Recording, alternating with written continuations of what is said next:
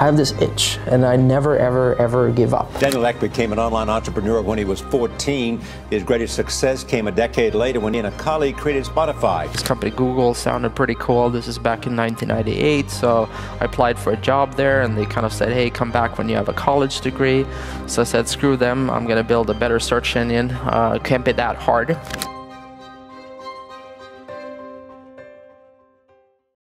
Daniel Ek naît en 1983 à Rågsved, un quartier de Stockholm en Suède. Très tôt, il développe un goût prononcé pour la musique et les ordinateurs. À seulement 5 ans, il bidouille déjà sur l'ordinateur de ses parents. À l'école, Daniel se distingue comme un élève brillant mais rebelle. Il trouve l'enseignement traditionnel trop rigide et préfère passer des heures à apprendre le codage informatique en autodidacte. À seulement 13 ans, Daniel commence à créer ses premiers sites internet. Sa réputation fait le tour du lycée et il y a même des entreprises qui sont prêtes à payer pour s'offrir les services de notre jeune Daniel. Il n'a que 14 ans lorsqu'il lance son entreprise de création de sites internet en 1997. Son idée, pour se différencier, casser les prix. Là où ses concurrents demandent 50 000 € pour créer un site internet, lui n'en demande que 5 000 et va jouer sur le volume. Et à cet âge-là, il est capable de créer 3 sites par mois et très vite gagne plus d'argent que ses propres parents. Mais à 16 ans, ça ne lui suffit plus. Il rêve de plus grand et il a envie de travailler dans une grosse entreprise. Et à ce moment-là, son rêve, c'est de travailler dans une start-up qui fait beaucoup de bruit en ce moment aux États-Unis. J'ai nommé Google. Il va postuler, sauf qu'on va lui dire qu'il faut des études bien spécifiques pour travailler chez Google à ce moment-là. Avec l'argent qu'il a gagné en faisant des sites internet, il va s'inscrire dans cette fameuse formation, sauf qu'il va très vite s'ennuyer et il va décider de quitter l'école quelques mois après avoir commencé. Petit bond dans le temps et on retrouve Daniel chez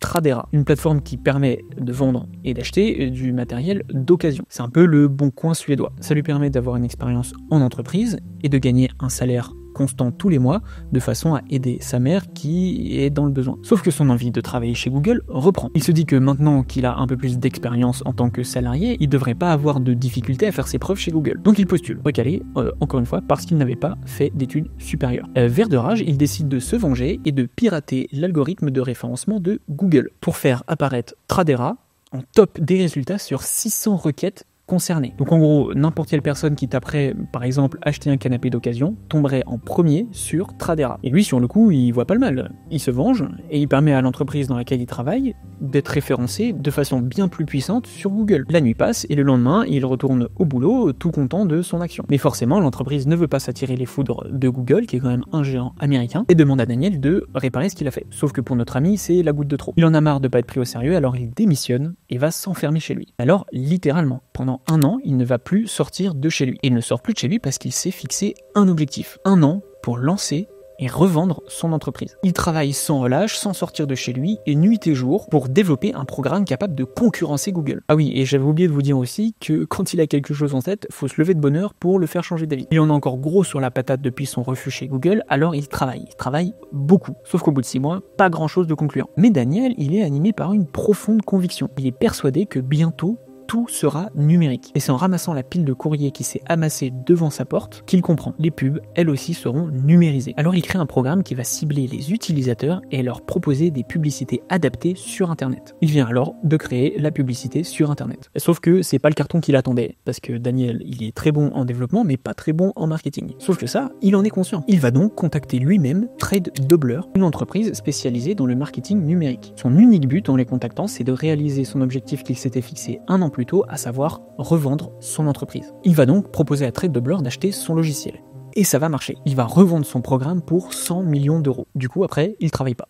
Oui, parce que Daniel, il a 22 ans, il s'est enfermé pendant 1 an, et là, il est multimillionnaire. Donc là, il va utiliser son argent, il va s'acheter une belle voiture, il va profiter de la vie, mais il va pas travailler. Et sa mère finit par lui dire que le but dans la vie, c'est pas que gagner de l'argent, et qu'à 22 ans, il faut travailler. Et ça tombe bien, parce que Daniel, au fond de lui, il a une obsession. Rivaliser avec la Silicon Valley. Il est jeune, et il a beaucoup d'argent, donc ça se tente. Et vous vous souvenez au début de la vidéo, quand je vous ai dit que Daniel adorait la musique, ben ça va lui donner une idée. Parce qu'à cette époque, pour écouter de la musique, il y avait 2 solutions. Acheter des CD, ça coûtait cher, il fallait un lecteur CD, ou écouter de la musique gratuitement sur internet, mais il n'y avait qu'un seul acteur qui faisait ça. J'ai nommé The Pirate Bay. Bon, en gros, The Pirate Bay porte bien son nom, je vais vous expliquer pourquoi. En gros, c'est un logiciel qui vous permet d'écouter de la musique gratuitement, mais surtout de manière un peu illégale, parce que vous allez télécharger de la musique, sauf que la plateforme sur laquelle vous téléchargez la musique ne détient pas les droits de diffusion de ces musiques. et ne paye pas non plus les maisons de disques pour les diffuser. Sauf que The Pirate Bay sont très forts et très malins, donc les maisons de disques n'arrivent pas à faire couler cette entreprise, qui commence littéralement à faire couler les maisons de disques parce que plus personne ne veut acheter de la musique, puisqu'on peut la télécharger gratuitement. D'ailleurs, Daniel est un utilisateur quotidien de The Pirate Bay, sauf que l'interface c'est une catastrophe et qu'il faut attendre plusieurs minutes pour télécharger chaque musique, donc c'est très long, ça bug,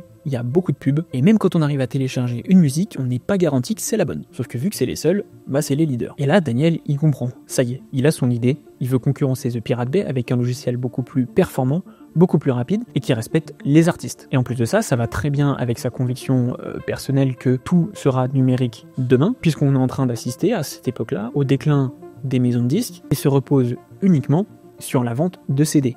Physique. Donc il va créer une ébauche d'un logiciel qui pourrait diffuser de la musique gratuitement, rapidement, et en reversant des droits d'auteur aux artistes. Sauf qu'encore une fois, il est pas très bon en marketing et ça il le sait. Donc il va décider de s'associer avec quelqu'un qui a beaucoup d'argent et qui est très bon en marketing. Quelqu'un qui connaît bien, vu qu'il lui a revendu quelques mois plus tôt son entreprise. J'ai nommé Martin Lorentzon, le PDG de Trade Doubler. Martin va tout de suite être séduit par le projet, il se dit qu'il va pouvoir financer le développement de cette application et pouvoir toucher gros à la fin si le projet voit le jour. Et il y croit. Donc à ce moment-là, ils vont se lancer tous les deux, corps et âme, dans ce nouveau projet. Martin va s'occuper de trouver des locaux et de l'argent pour financer le projet, et Daniel, lui, va s'occuper de monter la meilleure équipe de développeurs jamais vue. Bon, la vérité, c'est que c'est pas vraiment Daniel qui a recruté toute l'équipe de développeurs informatiques, mais c'est un dev. Ce développeur, c'est un véritable génie. Il a quitté sa boîte parce qu'il était littéralement trop bon pour ce qu'il faisait, complètement incompris aux yeux de ses employeurs, mais un magicien pour ceux de Daniel. Le troisième associé de Spotify, je vous présente Andreas. C'est non seulement lui qui met sur pied l'équipe de développeurs qui travaille sur Spotify, mais c'est aussi lui qui met sur pied le management complet de Spotify. Tous les devs sont assis au milieu de la pièce, pas de hiérarchie, pas de titre. Si deux personnes ne sont pas d'accord, l'une ne doit pas être supérieure à l'autre. Et c'est la meilleure idée qui l'emporte, quoi qu'il arrive. Et il décide de recruter des tueurs, des marginaux, qui travaillent pour personne et encore moins pour une start-up banale. Voilà, l'équipe est au complet. Ils vont pouvoir se pencher sur ce qui fait de Spotify la meilleure plateforme qui existe, mais qui est aussi le plus gros casse-tête de l'histoire de Spotify, la vitesse. Daniel a une consigne, pouvoir chercher, choisir une musique et la lancer instantanément, sans chargement et sans stockage. Sauf que ça, sur le papier, c'est impossible. En réalité, l'équipe arrive à diminuer le temps de chargement entre deux musiques à 500 millisecondes. Bon, vous allez me dire, c'est rien, mais pour Daniel, c'est trop lent. En fait, lui, il veut que le cerveau n'ait pas le temps de réaliser qu'il y a un temps de chargement entre les deux musiques. En gros, il veut faire descendre le temps de chargement à 0. Petite introduction à l'informatique pour comprendre pourquoi 500 millisecondes, c'est déjà du génie. Et pourquoi descendre en dessous, c'est impossible. Le délai entre le moment où on clique sur un lien sur Google et le moment où le contenu est envoyé depuis un serveur sur notre ordinateur dépend de plusieurs facteurs. La quantité de contenu, le type de connexion internet, la charge de travail sur le réseau et le délai de distribution. En gros, la distance que le câble doit supporter. Sauf que sur ces 4 facteurs, Andreas ne peut en contrôler qu'un seul. C'est la quantité de contenu. Sauf qu'en plus de ça, Spotify n'a pas assez d'argent pour supporter le logiciel. Daniel demande alors à Andreas de basculer le système en peer-to-peer. Et c'est là le début des problèmes. Deuxième cours d'informatique. Ça veut dire quoi le peer-to-peer? Faire basculer le système en peer-to-peer, c'est passer d'un système où tout passe par un serveur central à un système où chaque utilisateur est connecté aux autres. En gros, tout le monde partage et échange des données entre eux, sans intermédiaire unique pour gérer et contrôler tout le réseau. Je vous donne un exemple. Au lieu de déposer un colis chez un transporteur centralisé, comme la Poste par exemple, pour qu'il l'envoie à quelqu'un, vous allez donner votre colis directement à la personne. Donc le peer-to-peer, c'est bien parce que c'est beaucoup moins cher qu'un serveur, mais c'est aussi beaucoup plus lent. Et en plus, on n'a pas de base de données. C'est-à-dire que les millions de musiques sont stockées nulle part. Bon, en fait, c'est pas tout à fait vrai. Je dirais plutôt qu'elles sont stockées partout. Quelques musiques sont stockées chez chaque utilisateur, et donc des millions de musiques sont hébergées chez des millions d'utilisateurs potentiels, si tant est qu'ils veuillent bien partager leur musique. Dans ce schéma, si je veux écouter une musique, je vais demander à mon voisin s'il possède la musique que je veux. S'il ne l'a pas, il va lui-même demander à son voisin s'il a la musique que je veux, et ainsi de suite, jusqu'à trouver la personne qui possède la musique que je veux. Voilà, maintenant qu'on sait comment fonctionne le peer-to-peer, on se rend compte à quel point la mission demandée par Daniel est impossible, parce qu'on doit passer vers un système plus lent, car ils ont plus d'argent, tout en accélérant le temps de chargement. C'est là que je dois vous présenter Ludwig Strigeus. Ludwig, c'est le génie du peer-to-peer. Et c'est aussi celui qui a créé uTorrent, un logiciel qui permet de télécharger des torrents simultanés pouvant être gérés au même endroit. Bref, Daniel le fait venir dans l'équipe et rachète par la même occasion uTorrent afin d'utiliser le code pour régler leurs problèmes de vitesse. Mais l'idée derrière tout ça, c'est de faire venir Ludwig pour aider Andreas sur le sujet. En réalité, c'est plus pour mettre en place une petite compétition entre Andreas et Ludwig pour faire en sorte que le miracle apparaisse plus rapidement. Et c'est exactement ce qui va se passer. Andreas revient le lendemain avec une idée. Imaginons que notre utilisateur écoute du rap américain. Notre système va imaginer qu'il va écouter d'autres artistes similaires, comme Drake, Kanye West, Travis Scott, etc. Alors le système peer-to-peer, qui est lent de base, va préparer tous les morceaux similaires que pourrait écouter cette personne. Et ça marche dans 90% des cas. Maintenant, pour les 10% restants, notre utilisateur va décider de piéger Spotify et va demander de la musique classique, du Mozart. Dans ce cas-là, le système peer-to-peer n'a pas anticipé cette demande et serait trop lent. Et dans ce cas-là, dans ces 10%-là, on passerait par un serveur. Donc en gros, le peer-to-peer se prépare à distribuer tous les morceaux similaires à la musique en cours, et si la demande ne fait pas partie des morceaux, alors elle passera par les serveurs. Avec un système qui s'adapte aux demandes de la sorte, ça permet d'utiliser les serveurs dans seulement 10% des cas, et donc fait économiser beaucoup d'argent. Andreas vient littéralement de créer un système intelligent, rapide et fluide qui permet de répondre à toutes les demandes. Et tout ça en prenant en compte les contraintes budgétaires de Spotify. Il lui fait essayer à Daniel qui lui répond « c'est trop lent ». Il trouve que ces fameuses recherches inattendues, donc qui passent par le serveur, sont toujours trop lentes. La vérité, c'est que ce délai est de 250 millisecondes, donc on l'a divisé par 2, mais c'est toujours trop lent. En fait, ce que Daniel veut, c'est passer en dessous de la barre des 200 millisecondes, parce que l'humain perçoit tout ce qui est inférieur à 200 millisecondes comme instantané. Donc Daniel veut passer sous la barre des 200, Andreas est capable de proposer un système qui charge une musique en 250 millisecondes, il faut donc retirer 50 millisecondes. Sauf que 50 millisecondes, ça paraît ridicule quand on a réussi à déjà en enlever 250, sauf qu'en réalité, c'est dans ces 50 millisecondes que réside toute la complexité de l'architecture d'Internet. C'est le moment de vous introduire la dernière notion un petit peu technique de cette vidéo, c'est le TCP/IP. Je vais pas rentrer dans les détails parce que ça va devenir trop compliqué, mais en gros, Spotify doit attendre l'acquittement du client, sinon il y a une perte de paquets. Pour faire une petite analogie à la Formule 1, c'est comme si Andreas avait construit la meilleure voiture, avec le meilleur moteur, la meilleure carrosserie, les meilleures roues, mais que pour aller encore plus vite, il doit redessiner le circuit, ce qui est impossible. Et bien là, c'est pareil. L'architecture d'Internet ne peut pas être modifiée, et tous les autres paramètres ont été optimisés à la moindre milliseconde. Donc, à ce moment-là, 250, c'est le maximum qui est possible. Évidemment, Daniel, lui, reste campé sur ses positions, je vous avais prévenu, et Andreas, lui, doit réaliser l'impossible. Et c'est exactement à ce moment précis que l'histoire de Spotify se dessine, que tout le génie informatique d'Andreas prend place, et que ce développeur surdoué va marquer l'histoire du développement informatique. Sur le principe, Internet est construit pour être parfait. Aucune donnée doit être perdue et dans la plupart des situations, c'est l'idéal. Pour comprendre, on peut prendre l'exemple d'un feu de circulation qui passerait au rouge. Qu'est-ce qui se passe quand le feu passe au orange avant de passer au rouge? En vérité, vous comme moi,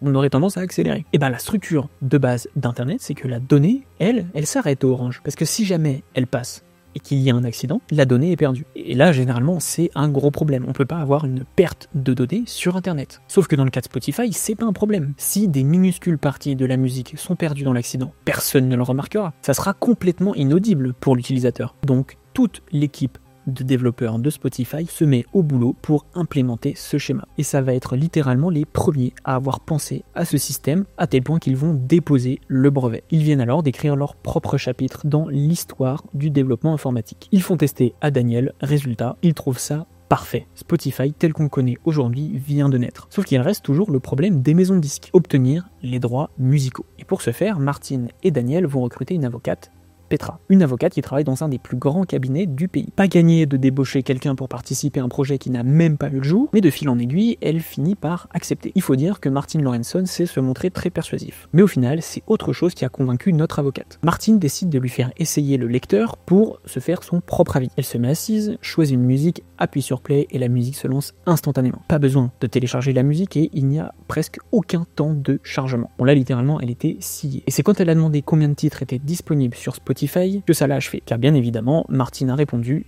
la totalité. Et c'est pour Spotify qu'elle a décidé de tout plaquer pour aider Daniel dans son combat pour obtenir les droits musicaux. Sauf que ça se passe super mal avec les maisons de disques. Spotify doit payer des royalties pour diffuser les musiques des maisons de disques. Sauf que c'est littéralement hors de question pour Daniel, de 1 parce qu'ils n'ont pas les fonds pour payer, et de 2, il ne veut pas payer les maisons de disques, il veut payer les artistes directement. Au même moment, Martin, qui finançait tout le projet grâce aux revenus de Trade Doubler, se rend compte qu'il a beaucoup trop dépensé et se retrouve en incapacité d'injecter le moindre euro supplémentaire dans Spotify. La meilleure option qu'ils ont grâce à Petra, c'est avec la Warner, qui leur propose un paywall. Un paywall, qu'est-ce que c'est? Pour accéder à la plateforme de Spotify, il faut payer, simplement. Et ça, encore une fois, c'est inconcevable pour Daniel, qui veut une plateforme gratuite. Bon, là, ça part en vrille, il gueule sur tout le monde, sauf que tous les autres ont investi énormément dans ce projet, donc il va falloir trouver un compromis. Et c'est à ce moment-là que Petra a une idée. Le but serait de rendre certaines fonctionnalités de Spotify payantes, comme les playlists par exemple, qui sont singulières, authentiques et personnelles.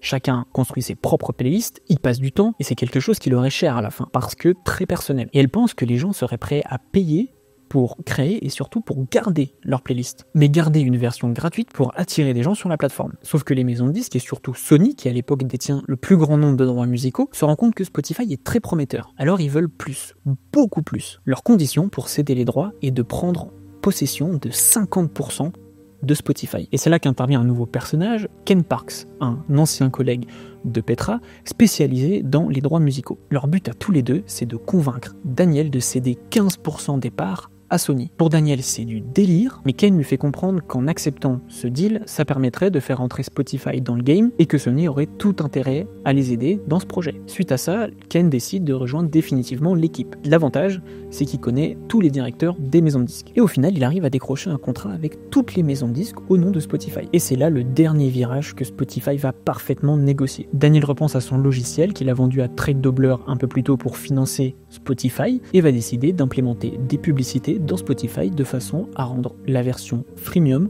rentable pour Spotify. Donc on a une version gratuite qui génère de l'argent pour Spotify, on a une version premium qui génère aussi de l'argent pour Spotify, et donc tout ça mis bout à bout, Spotify est capable de payer les droits musicaux aux maisons de disques et aux artistes, tout en dégageant un bénéfice suffisant pour payer les salariés et continuer à développer la plateforme. Voilà, Spotify a maintenant un outil futuriste que personne n'est capable de reproduire, mais en plus un business plan ultra solide qui permet de générer de l'argent. Et la suite, vous la connaissez.